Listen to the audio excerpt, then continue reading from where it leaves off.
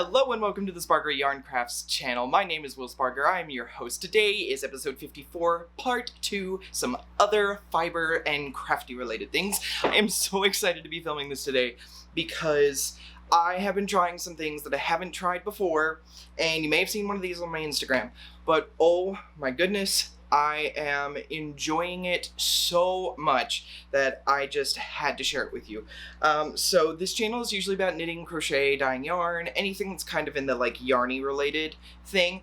But as a lot of you know, I also sew. I've been sewing bags and I'm selling them on my shop, which you can find the link for in the video description box below. I have quite a few bags, and by quite a few I mean about 5 right now, because they do take a little bit of time to sew, but they come with removable straps. There's a lot of cool prints. You should go and check those out. Again, link is in the video description box below. But I wanted to show you some of the things that I've been sewing because, well, it's a lot of fun, and I've been really enjoying kind of playing with design and playing with new items, and I forgot to close the garage door, so I am being joined by Duchess today. Hi, sweetie. Mwah, you're so cute. Yes, you are. If you haven't met her, this is Duchess. She's a Chihuahua Terrier mix. She is 3 years old and super feisty and one of my best friends. I also have another dog named Princess. She is also a Chihuahua Terrier mix, but she's a short hair and looks more like a Chihuahua, where she is long hair and looks more like a terrier. But I love them so much. Mwah. Go on. So actually the first thing I want to show you is something I made for Princess, because Duchess here is pretty active. She wants to stay here and have me scratch her head. She's pretty active, so she likes to go out and run, and she likes to kind of run around the house and find toys, and she doesn't sit still for very long except when she's taking a nap, or if I am holding her. But Princess, on the other hand, she's not incredibly active. She's about 8 years old. I actually don't know how old she was when I got her, so the person who gave her to me said that she was 4, but I have absolutely no way of verifying that, so I just kind of went with that, and I've had her for about 4 years, so she's either 8 or 9 at this point, so she's getting old. But she's always been one of those dogs that's just like, she's a cuddle dog. She's a lap dog. She wants to be on you. She wants to be with you. She wants to be, you know, in your presence pretty much at all times. Or she's just gonna lay on the bed. She's not incredibly active. She doesn't really like going for walks.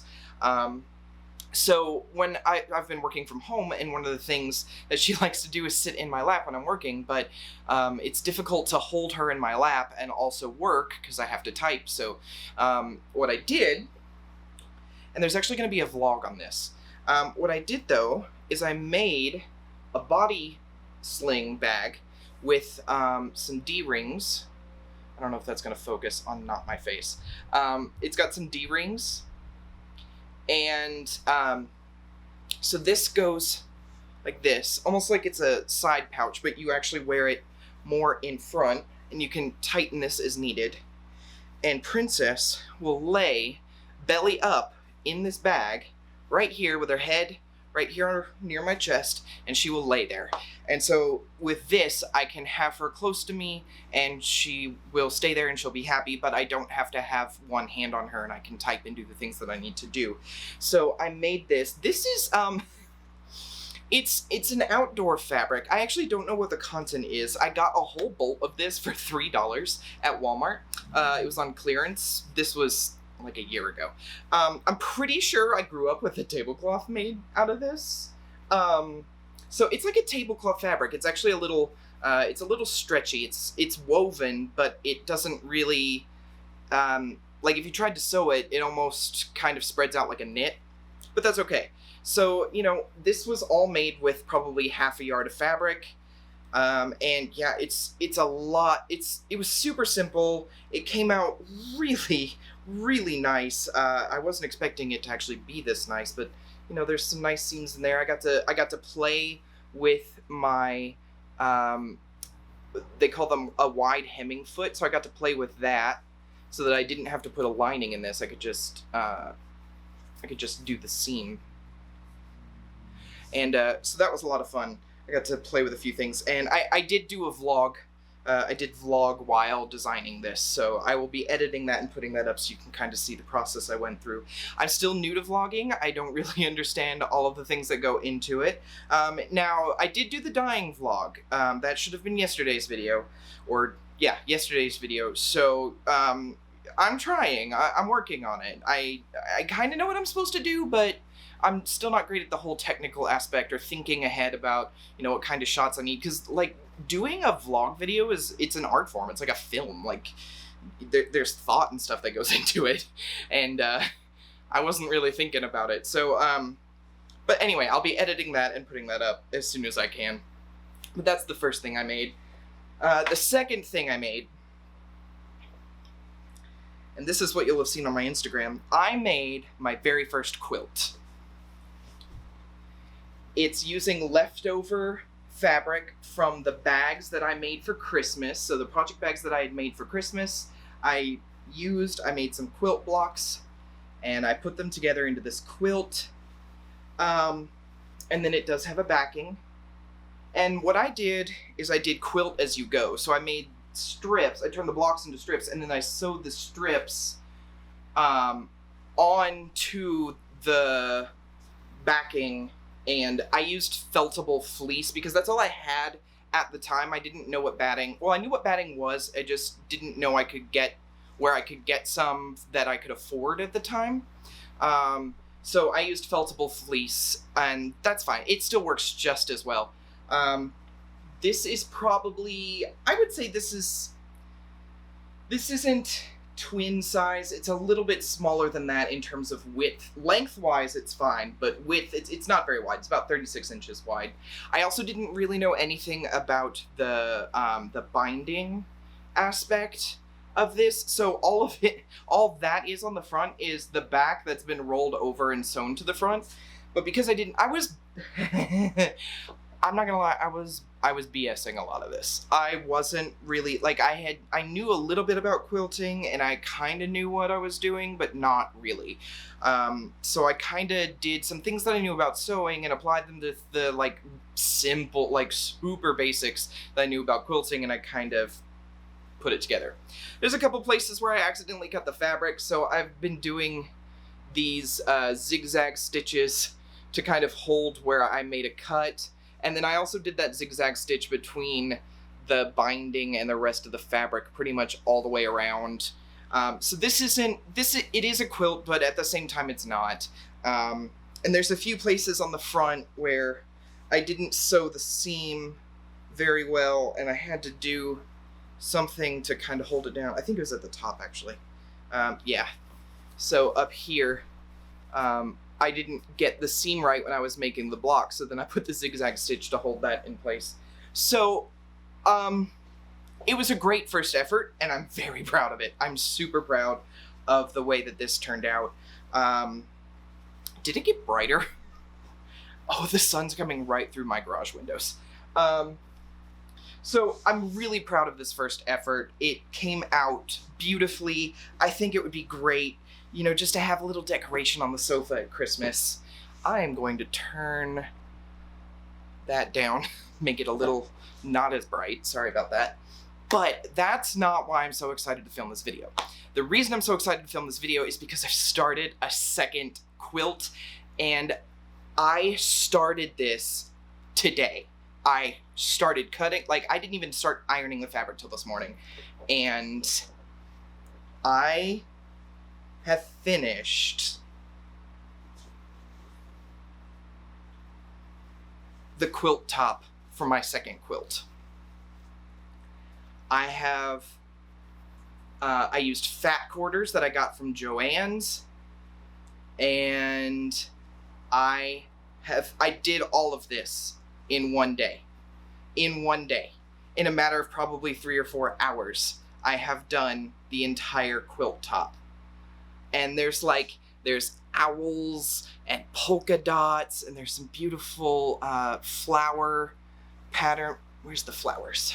Where's a big block of flowers? There we go. And then I just kind of matched some solids to go with it, and I used a pattern from, I believe her name is Karen, and she has a YouTube channel called Just Get It Done Quilts, and this is one of her stash busters.